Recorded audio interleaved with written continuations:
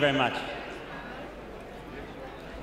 I'm not an Israeli, so I don't know what it's like to live here now.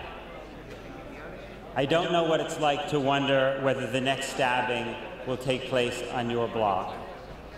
I don't know what it's like to have ISIS to the north and Hamas to the south. I don't know what it's like to be surrounded by millions of people who wish your country did not exist. I'm an American Jew, and tonight I will fly back to my safe and privileged life. I will fly back to a country that, faced with security threats far less grave than your own, put its Japanese citizens in internment camps during World War II, tortured detainees in secret prisons under George W. Bush, and last month bombed the only hospital in one of Afghanistan's largest cities, killing everyone inside. So as an American, I claim no special moral authority. I'm here to say only one thing, that we, as American Jews, need a different relationship with you.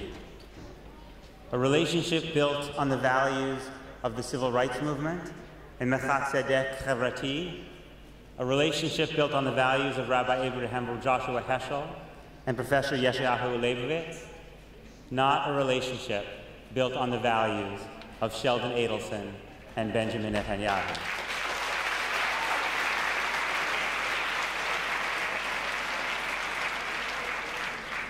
As a teenager, I became a Zionist when I read about Annie Sharansky, who after 9 years in a Soviet gulag walked onto the tarmac at Ben Gurion Airport as a free man. I became a Zionist when I read about the airplanes Israel sent to rescue the Jews of Ethiopia, one of the most impoverished and terrorized communities on earth, and return them to be with the people from whom they had been estranged since the days when the temple stood. But I also became a Zionist because when Sharansky and the Ethiopian Jews landed here, they landed in a democracy. I became a Zionist because in 1948, when the stench of Jewish death still hung over Europe, when Israel was fighting a war for its very survival and fielding a ragtag army composed in significant measure of people with numbers tattooed on their arms, this country's founders wrote a Declaration of Independence that promised complete equality of social and political rights, irrespective of race, religion, or sex. That's what inspires me about Israel. It's also the best tradition of my own Jewish community in the United States.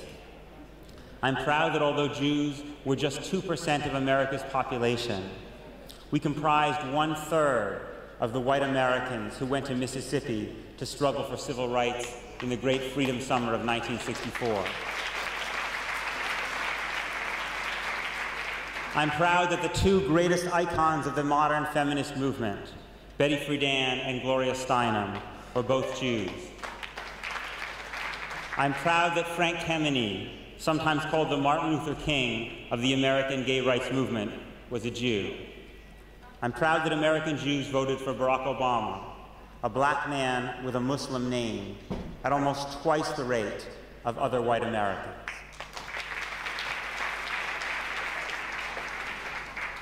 But too often, when we, the two largest Jewish communities in the world, interact, we don't champion these democratic ideals.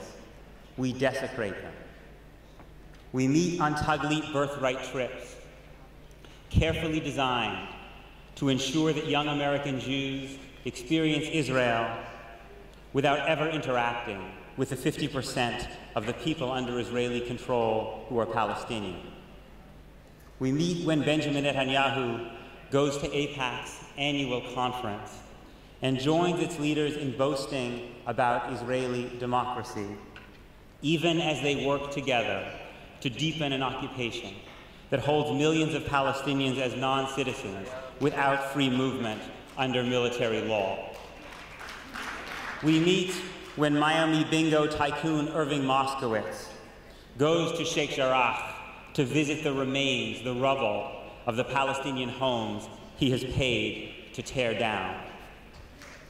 Too often, the people who link our two communities are machers and billionaires and bigots.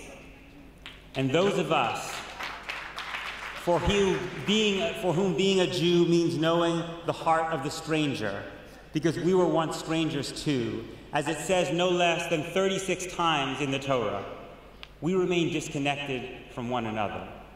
We wage our lonely national struggles without the comfort and inspiration we could draw from each other. I'm tired of meeting young American Jews who are struggling for universal health care in our country, or immigrant rights, or environmental justice, but want nothing to do with Israel, see nothing for them in Israel, because the only face of Israel they see is Benjamin Netanyahu's face. They need to see your face. They need you to call them to a relationship with Israel, built not on blind loyalty, but on loving struggle. Imagine if Israeli Jews like you were to say to your cousins across the Atlantic, every year, tens of thousands of you American Jews come to Israel with your synagogues and youth groups and families. Imagine if you were to say this to them. To say to American Jews, you stay in nice hotels like these, you hike in the Galil, you pray at the Kotel, and that's fine, because this is a beautiful and wonderful place. But it's also a place that is being corrupted by its control over millions of fellow human beings who for almost half a century have lived without basic rights. We, as Israeli Jews, struggling against powerful adversaries to save our democracy, we ask you in America to join us. Extend your trips here for a day or two. Come with us to document what happens at checkpoints. Come with us to march nonviolently in Nabi Salah, where Palestinians every week protest the confiscation of their land. Come with us to protect Palestinians threatened by settler violence during the olive harvest. Come see, I want you to say to American Jews, come see the ugliness that exists alongside Israel's beauty. And then go back to Denver and Milwaukee and Baltimore and tell your friends and family what you have seen here.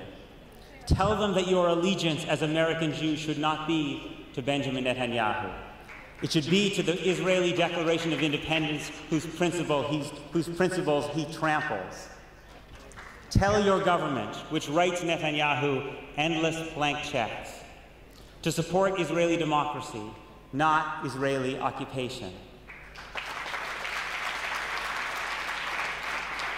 Help us fulfill Rabbi Heschel's dream of making this a state worth waiting 2,000 years for. If you call us, some of us will answer. We will answer because deep down we know that we are implicated in what happens here. We are implicated because Israel is the great test of Jewish power. It's the test of whether the Jewish ethical tradition, forged in powerlessness, can inform the actions of a Jewish state. If Israel fails that test, if the occupation becomes permanent, if Israeli democracy dies, it won't matter that we live 10,000 miles from here. Our lives will be forever changed. Morally, we will never be able to hold our heads as high again. When I arrive in New York tomorrow morning, if I can stay awake, I will daven with my 9-year-old son at his school. We will pray for Medinat Yisrael, Reshit Tzmichat Geulatenu. Call us to be part of that work of redemption, the work of helping Israel fulfill its Declaration of Independence's promise to pursue freedom, justice, and peace as envisaged by the Hebrew prophets. Call us and make us partners in the great Jewish struggle of our time. Thank you.